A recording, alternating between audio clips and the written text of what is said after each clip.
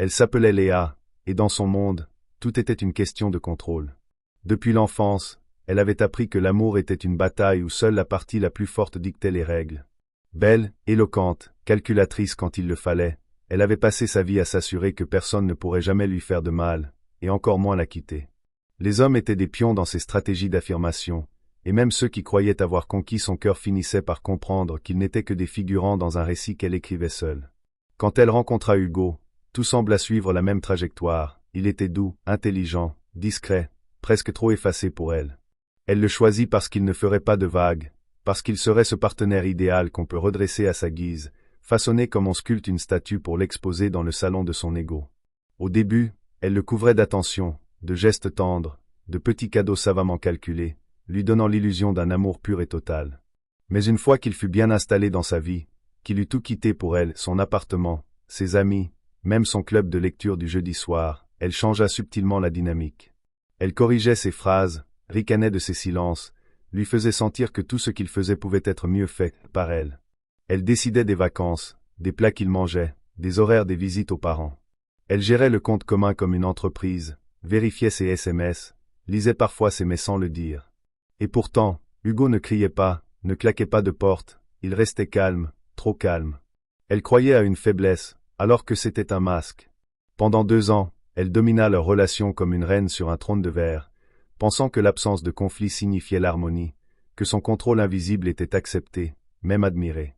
Parfois, elle l'humiliait à demi-mot devant leurs amis, le reprenait sur des anecdotes, se moquait gentiment de son rire ou de ses goûts simples. Il souriait, mais ses yeux restaient fixes.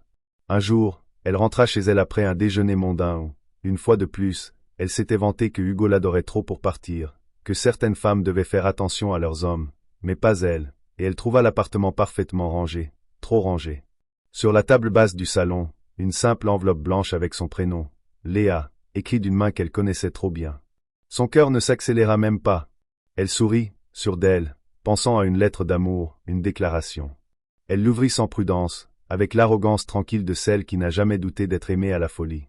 Mais ce qu'elle lui gela chaque cellule de son être, « Léa, je pars. Je t'ai aimé, au début. Vraiment. Mais ce que tu appelles amour n'est qu'un pouvoir vide. Tu ne m'as jamais écouté. Tu n'as jamais voulu me connaître. Tu m'as contrôlé, puis méprisé. Tu n'as pas vu mes silences, mes absences, mes départs plus longs au travail, mes réveils trop tôt pour échapper à toi un peu. Tu croyais que rester signifiait obéissance. En réalité, c'était mon plan de fuite. Je suis déjà loin. Je ne reviendrai pas. Ne cherche pas à me joindre. Tu ne pourras pas. » Léa relut la lettre plusieurs fois, incapable d'admettre ce qu'elle voyait. Quelqu'un venait de lui échapper, sans crier, sans fracas, sans scène dramatique. Elle tenta de l'appeler. Son numéro était désactivé. Elle fouilla les placards, ses affaires n'y étaient plus. Son compte était vidé de sa part, ni vol ni vengeance, simplement une extraction chirurgicale, propre, discrète, irréversible. Elle resta là, debout dans son salon si bien rangé, perdue dans le silence qu'elle avait elle-même imposé pendant des années, réalisant que le pouvoir qu'elle croyait absolu n'était qu'un château de sable construit sur l'illusion de la soumission. Les jours passèrent, et Léa ne comprit pas pourquoi elle ne pleurait pas. Ce n'était pas de la tristesse, mais un vide, un abîme qui lui renvoyait une image qu'elle n'avait jamais vue d'elle-même, une femme seule, redoutée mais jamais aimée, admirée mais jamais touchée. Ce n'est que des semaines plus tard, en retrouvant un carnet où Hugo notait ses idées de roman, qu'elle comprit qu'il avait toujours écrit, toujours rêvé, même quand elle l'étouffait. Il avait simplement attendu d'avoir la fin parfaite à leur histoire, une sortie sans bruit, une lettre comme point final, et une absence qui ferait plus de bruit que tous les cris du monde. Depuis ce jour, Léa regarde chaque homme avec méfiance, non par peur qu'il la quitte, mais par peur qu'il la quitte aussi silencieusement que lui, sans jamais se retourner. Car dans cette lettre, plus que le départ, c'est le mépris froid, le calme glacial, le silence comme verdict, qui la hante. Et dans le fond, elle sait qu'elle ne l'a jamais dominé, elle l'a seulement perdu dès qu'il a compris qu'elle ne méritait pas ses mots. Les mois passèrent, et avec eux, l'arrogance tranquille de Léa se fissura lentement. Elle tenta d'abord de recoller les morceaux de son image, elle sortit, beaucoup, elle parla, trop, elle s'afficha sur les réseaux comme si de rien n'était, sourire figé, selfies dans des cafés luxueux, citations creuses sur l'indépendance et la force intérieure. Mais le monde semblait avoir changé de texture depuis la lettre d'Hugo. Rien n'avait le même goût. Ses amis, qu'elle dominait autrefois comme elle dominait tout, commencèrent à se détacher d'elle, doucement, imperceptiblement. Peut-être qu'elle sentait le masque se craqueler. Peut-être que certaines avaient toujours deviné ce que Léa ne voulait pas voir, qu'elle n'aimait pas, qu'elle utilisait. Un soir, dans un dîner mondain, une remarque banale sur les hommes fut suivie d'un silence glacial. Une amie lui lança, les yeux dans les siens. « Et toi, Léa, tu as déjà aimé quelqu'un vraiment ?» Elle rit, étouffa le malaise par une blague cynique, mais en rentrant chez elle, ce soir-là, elle s'écroula. Non pas par faiblesse, mais parce que, pour la première fois, elle doutait de sa propre humanité. Elle relut encore et encore la lettre, la touchant comme une relique, y cherchant des failles, une phrase moins dure, une porte restée entr'ouverte. Mais chaque mot était un verrou. Elle chercha Hugo, malgré tout. Un ancien collègue, un ami commun, même sa mère qu'elle avait rencontrée une fois. Tous semblaient complices de sa disparition. Elle se rendit même dans la petite ville d'où il venait, marcha dans ses rues, entra dans la bibliothèque municipale où il avait travaillé un été. Une employée la reconnut vaguement et lui dit simplement « Il était heureux ici. » Puis il est parti. Un type gentil, très discret. Il écrivait beaucoup. Léa s'assit sur un banc ce jour-là et pleura, sans spectacle, sans maquillage, sans filtre. Elle comprit que Hugo n'avait pas seulement quitté leur couple, il avait fui tout ce qu'elle représentait, le contrôle, la superficialité, la domination masquée sous le mot amour. Il avait guéri dans le silence, comme on ferme doucement un livre terminé. Elle essaya de repartir à zéro, mais tout semblait l'enfermer dans un passé qui ne voulait pas mourir. Les autres relations ne duraient pas, les hommes qu'elle attirait ne voyaient que sa beauté, et ceux qu'elle voulait étaient trop lucides pour tomber dans ses jeux.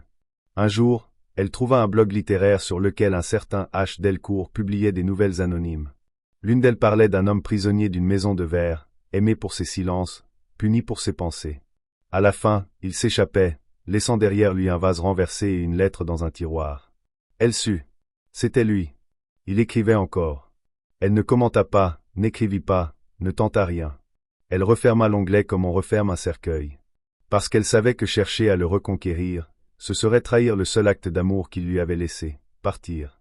Et dans ce départ, dans cette lettre simple posée sur une table trop bien rangée, résidait tout ce qu'elle avait toujours voulu, être vue.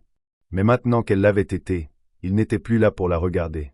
Léa vécut désormais entre deux mondes, celui qu'elle avait construit de toutes pièces, fait d'illusions et de vitrines, et celui, invisible, d'un homme qui avait préféré la paix au pouvoir, l'écriture à la guerre, l'oubli à la confrontation.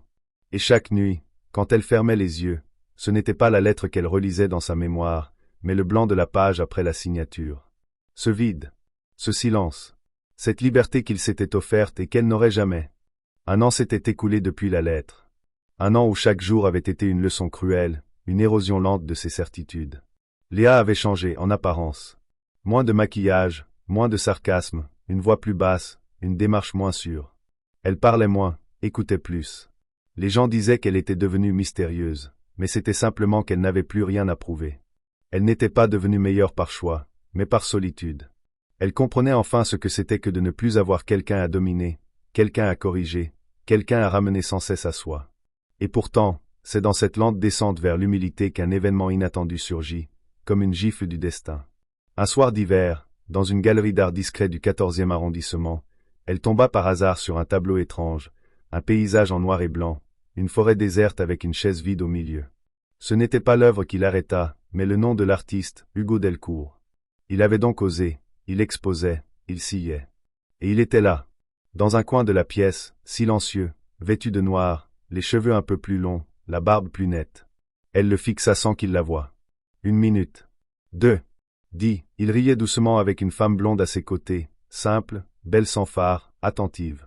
Léa sentit quelque chose se briser en elle, mais cette fois, ce n'était pas la colère, ni la jalousie. C'était l'évidence. Il n'était plus le sien.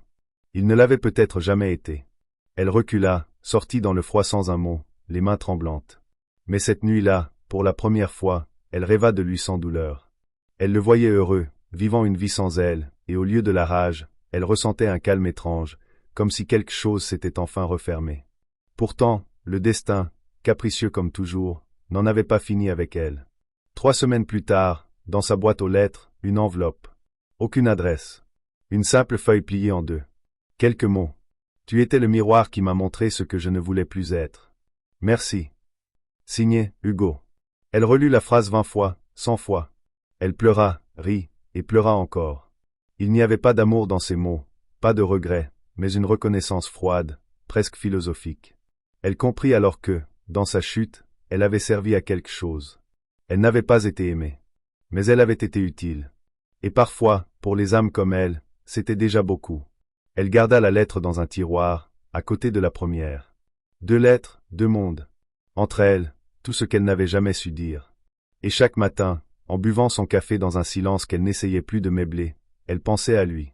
Non plus comme à une perte, mais comme à une leçon. Une cicatrice devenue guide. Et parfois, au hasard d'un rêve ou d'un éclat de lumière sur une vitrine, elle souriait. Faiblement. Car même les femmes de fer, un jour, apprennent à se briser doucement. Et dans ces brisures, naît une forme étrange de liberté, celle qu'on ne comprend que trop tard.